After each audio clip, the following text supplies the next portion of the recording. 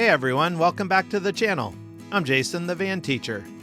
Today we're installing the Gidrox rooftop air conditioner in a brand new van conversion. This is one of the very first major components going into this build, so you'll get to see the entire process from unboxing all the way through cutting the roof opening, installing the unit, wiring it up, and doing our very first power on test. This isn't a long-term review just yet.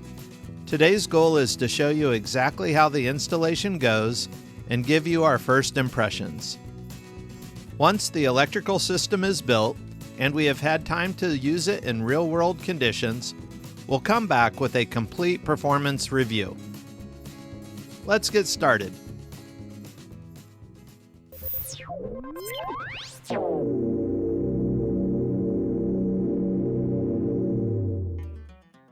The air conditioner we are installing is the Gidrox 12-volt DC all-in-one PTC RV air conditioner. This is both an air conditioner and heater. It is incredibly efficient and can run directly off the van's house battery. Paired with a modest 600-watt solar array, we're expecting it to run completely on solar during the day and use less than 400 amp hours of energy every 24 hours. With a 600 amp hour battery bank and multiple charging methods, we should be able to run this unit without worrying about draining our batteries and still have plenty of capacity for everything else. This air conditioner may be a game changer in van heating and cooling. Let's see what comes in the package. Inside the main box is the rooftop air conditioner itself.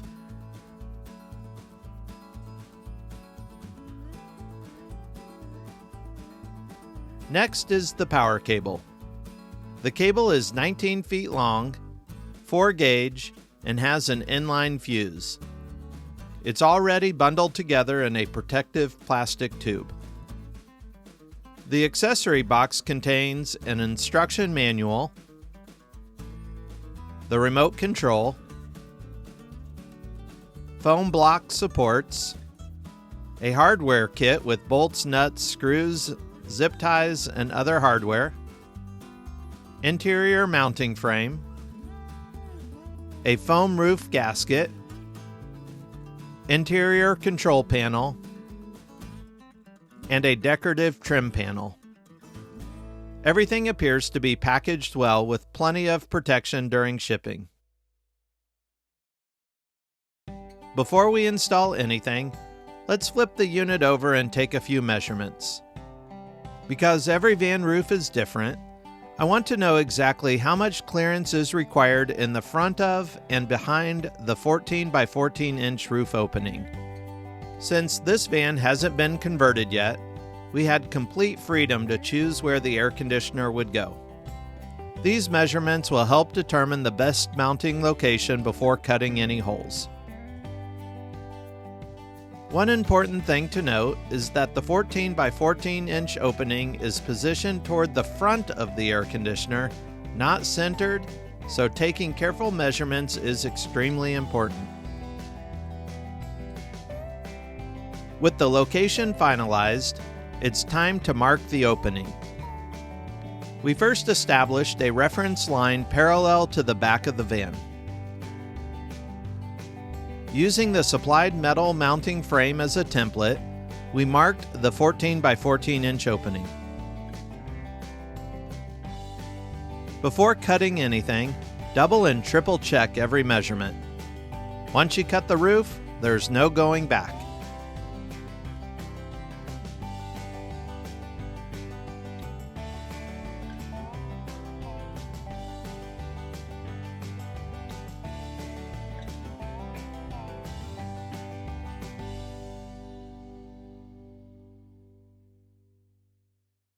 To protect the paint, we taped around the cutting area.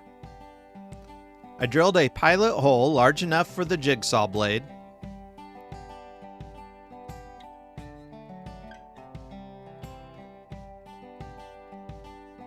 Then I slowly cut along the lines.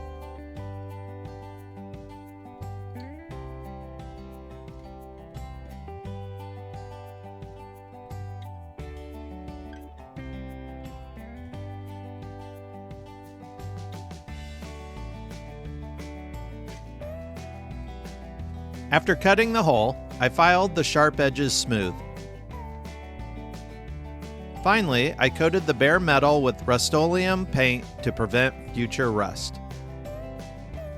Before placing the unit on the roof, I cleaned the mounting surface using a non-oily cleaner. Lacquer thinner, rubbing alcohol, or a similar cleaner all work well.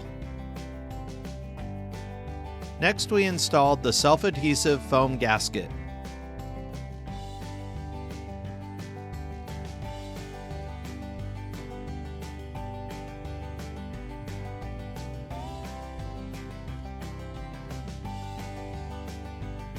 To ensure a watertight seal, we applied an entire tube of self-leveling lap sealant around the bottom edge of the gasket, paying special attention to the roof ribs where small gaps could form.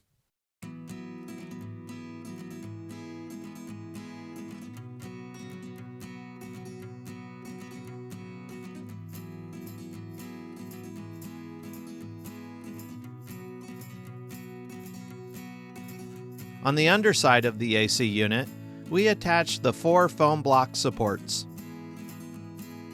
We positioned the supports in the rear corners and along each side near the front.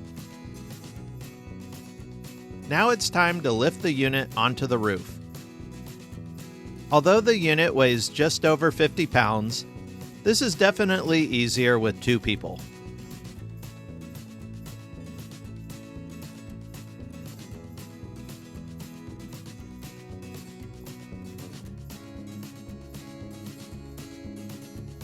Once centered over the opening, the exterior installation is complete.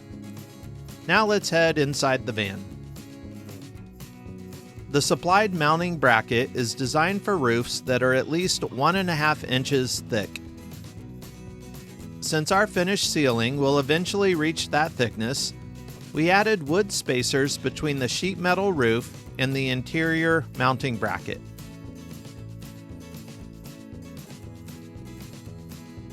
This step is important because the mounting bracket and rooftop unit clamp together, compressing the foam gasket to create a watertight seal. The wood spacers give the bracket something solid to sandwich, holding the AC unit firmly in place. With the spacers installed, we inserted the 4 mounting bolts into the bottom of the AC unit and slid the metal bracket into place. Using the supplied washers and lock nuts, we tightened all 4 corners evenly.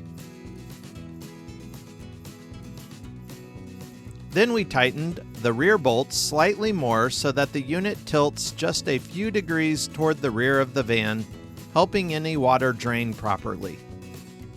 Next, we routed the main power cables through a small 1/2 inch gap between the roof and mounting bracket. Leaving this gap in the corner meant we didn't need to drill holes through the wood spacers.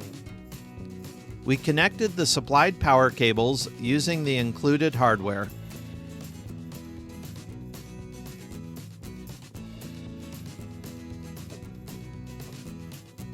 Originally, we planned to cover the connection with heat shrink tubing, but the bolts were too long, so for now we insulated everything using electrical tape.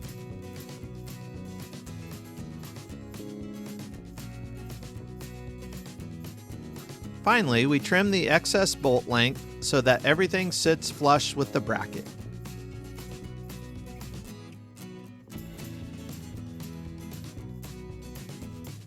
After that, we connected the 4 small wiring harnesses to the control panel.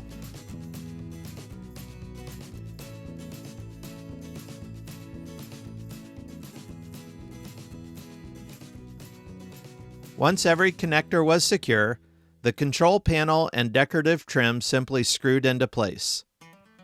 The installation is now complete. Since the van's electrical system has not been built yet, we're powering the air conditioner directly from a single 150 amp-hour lithium battery for testing.